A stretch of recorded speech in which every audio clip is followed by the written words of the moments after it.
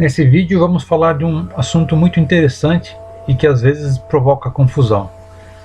Esse assunto é a representação convencional e a apresentação real. Então, vamos dar uma olhada aqui, pessoal, nessas quatro peças aqui, ó. 1, 2, 3, 4. 4 peças.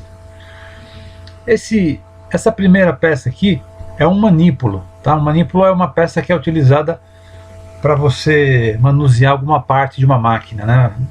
No torno, nas fresadoras, você encontra isso aqui com muita facilidade. É parecido com um volante de carro, serve para a mesma coisa. Então, se você prestar atenção nesse desenho, você vai ver que tem uma parte redonda aqui, ó, e tem 3 raios, um raio aqui, 2, 3. Aqui eu mostro o plano de corte, tá? Eu não coloquei a letra aqui, mas é o plano de corte que a gente tem visto normalmente nos desenhos em corte. Então, aí tem aqui, ó, representação real e representação convencional. Se você perceber, o plano de corte passa por esse raio aqui. Quando ele passa por esse raio, o raio aqui aparece achurado. Por quê? Porque é como se eu tivesse cortado o material. Se eu tivesse pego uma serra e tivesse cortado o material.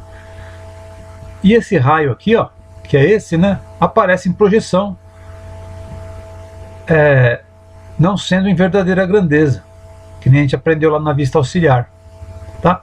Então, para ficar mais fácil de representar, e depois isso se tornou uma convenção, o pessoal simplesmente pega esse raio aqui, ó, que ia aparecer desenhado inclinado, e traz ele aqui para frente, como se ele estivesse na mesma posição que esse raio superior aqui, ó. Então, quando você vê essa vista aqui de elevação, você vai ver os 3 raios na posição correta.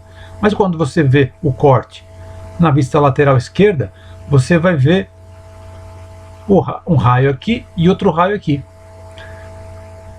Isso aqui seria então uma representação convencional. A representação real seria essa, e a representação convencional seria essa, vamos dizer assim, um desvio da realidade.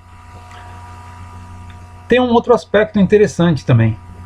Os raios, a mesma coisa que acontece com as nervuras, o pessoal decidiu, eu digo, as pessoas que definiram a norma, decidiram não colocar achuras desses raios.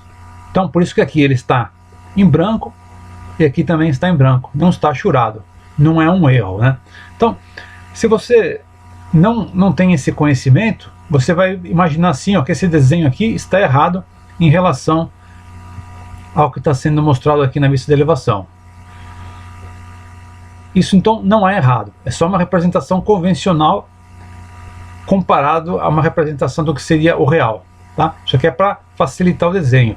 Isso aqui foi feito, é claro, na época quando o pessoal ainda fazia o desenho à mão, então isso facilitava muito, tá? Esse aqui é um aspecto. Agora, nessa outra peça aqui de baixo, nós temos exatamente o mesmo caso. Então, tem uma peça aqui redonda e por dentro dela tem um espaço vazio aqui, ó. E tem um furo, ou não, são 3 furos, né, deslocados a 120 graus entre eles. Se eu passar um plano de corte aqui, ó, por essa linha, na vista de planta, eu não veria o corte aqui, não veria esse furo, né? Esse furo aqui apareceria cheio. Para não ter que desenhar a projeção desse furo aqui por dentro da peça, o pessoal também desloca o furo e representa ele como se estivesse nessa área aqui, igual ao que acontece aqui do lado direito, tá? Então, a mesma coisa que aconteceu aqui no desenho do manípulo, foi um desvio, né, da realidade para fazer uma facilitação, para deixar mais fácil a representação. Até porque esse furo aqui, quando projetado aqui dentro, ia se tornar uma elipse, né? Não ia ser nem um furo completamente redondo.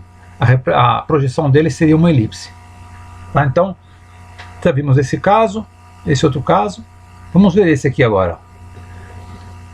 Nesse caso, gente, acontecem duas coisas: uma representação de uma nervura e uma representação de furos. Então vamos verificar o que é a nervura. A nervura, pessoal, é esse reforço aqui, ó, tá? Esse tipo de reforço é muito comum nas peças dentro da mecânica. E para que existe isso aqui? Isso aqui é para reforçar essa seção aqui, onde você encaixaria um eixo ou um tubo. Se eu fizer essa peça aqui, ó, completamente cheia, né? Imagina aqui, cheio de material, nessa região. E se essa peça fosse fundida, no momento que você funde ela, devido ao acúmulo de massa, ia aparecer um problema chamado rechupe. Essa peça ia ficar completamente deformada, tá? Então, para aliviar esse excesso de material e mesmo assim reforçar essa parte cilíndrica aqui, ó, o pessoal costuma colocar essas nervuras, tá? Então as nervuras são reforços. Vou mostrar aqui uma outra peça com a nervura. Essa aqui, ó, é uma nervura, tá? Outro exemplo. Então, ela reforça essa parte aqui em relação a essa e também une com a base aqui. Então a peça fica reforçada. Isso evita de fazer toda essa região cheia de material. Retomando essa peça, se eu fizesse um corte passando por esse plano aqui, como é que seria esse corte? Ele mostraria o furo, mostraria essa região plana, essa região aqui vertical, mas a nervura não iria aparecer. Ia aparecer somente a projeção dela. Ou seja, eu veria assim, né? Passando pelo corte AA, veria essa linha, é a projeção da nervura que está lá atrás, e aqui o corte passa exatamente pelo centro dos furos. Essa seria uma representação real. E a representação convencional, como é que seria?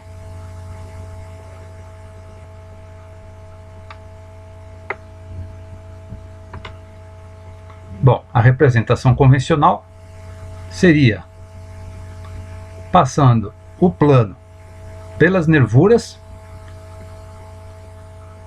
que vêm demonstradas aqui, ó.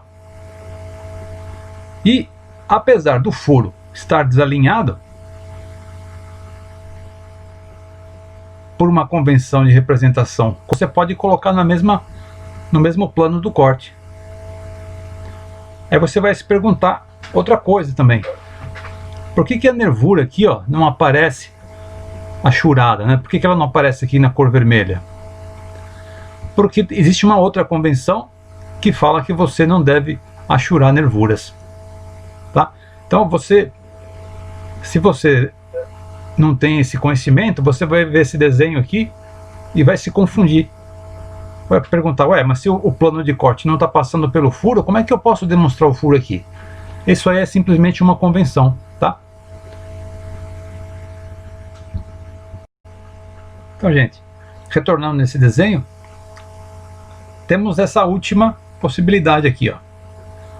Então repare aqui que essa flange tem 5 furos. 1, 2, 3, 4, 5. Aí ele mostrou aqui em cima, representação real, ou seja, o plano de corte está passando pela linha de centro e está mostrando esse furo aqui, ó, em corte, que é exatamente isso aqui. Deste lado não tem corte nenhum. Por quê? Porque de fato, se você pegasse uma serra e cortasse por aqui, você só veria material cheio aqui, não teria corte nenhum. Mas aí tem a representação convencional, que a pessoa lá, o desenhista, pegou esse furo aqui, que está um pouquinho mais para trás, girou aqui para baixo, né? E alinhou o plano. E aí você, numa representação convencional, você estaria vendo esses 2 furos. O que ele fez é esse rebatimento que esse desenho aqui à esquerda está mostrando, tá? Mas para que serve isso aqui? Porque nessa vista aqui, gente, ele ia indicar a cota entre centro desses 2 furos, para não deixar a cota só do lado esquerdo aqui. Ah, mas eu poderia indicar o centro, o diâmetro do centro dos furos por aqui? Poderia também, tá? Mas isso aqui é uma representação convencional. Então, se você, num desenho lá que você encontrar na sua vida, você vê esse tipo de coisa, você já sabe por que foi feito dessa maneira. Essa é a ideia. Esse aqui, gente, é outro caso típico de representação real e representação convencional. São as roscas. O que são as roscas? É um elemento muito importante dentro da mecânica. São os parafusos, né? Então, aqui eu tenho uma rosca externa, ou seja, a rosca externa é o parafuso. E aqui mais ou menos como seria você desenhando uma rosca real, tá? Na verdade, no desenho técnico, por uma questão de praticidade, não se desenha a rosca com os filetes. A gente faz uma representação simplificada dela, tá? Na representação simplificada, o diâmetro externo é sempre mostrado em linha grossa e o diâmetro interno da rosca, ou seja, no fundo do filete da rosca, que ele está mostrando aqui como D1, a gente representa com uma linha bem fininha, uma linha de 0,3. Aqui fora a gente pode usar 0,7 ou 0,5, e aqui a rosca interna não, o diâmetro interno da rosca a gente representa com uma linha de 0,3, tá? Então, ele está chamando aqui, ó, de diâmetro nominal, que é sempre a parte externa, até por uma questão de facilidade de medição, e aí o D1 seria o interno. O que é o passo, gente? O passo é a distância entre um filete e outro. Normalmente na especificação da rosca a gente indica o diâmetro externo e o passo, além do tipo de rosca. Existem vários tipos de rosca que a gente aprende lá numa matéria que chama elementos de máquina. Bom, aqui desse lado esquerdo tem a rosca representada no sentido do comprimento dela. E quando você olha a rosca de topo, né, olha a rosca de frente, eu poderia dizer, como é que a gente representa? É parecido. Então, o diâmetro externo da rosca a gente faz com um círculo com uma linha de espessura de 0,5 a 0,7, e aqui por dentro a gente faz um traço fininho de 0,3, mas você observa que aqui você não completa o círculo, você deixa aqui mais ou menos um quarto de rosca, um quarto do círculo sem completar. Então essa seria a representação da rosca externa, que são os parafusos.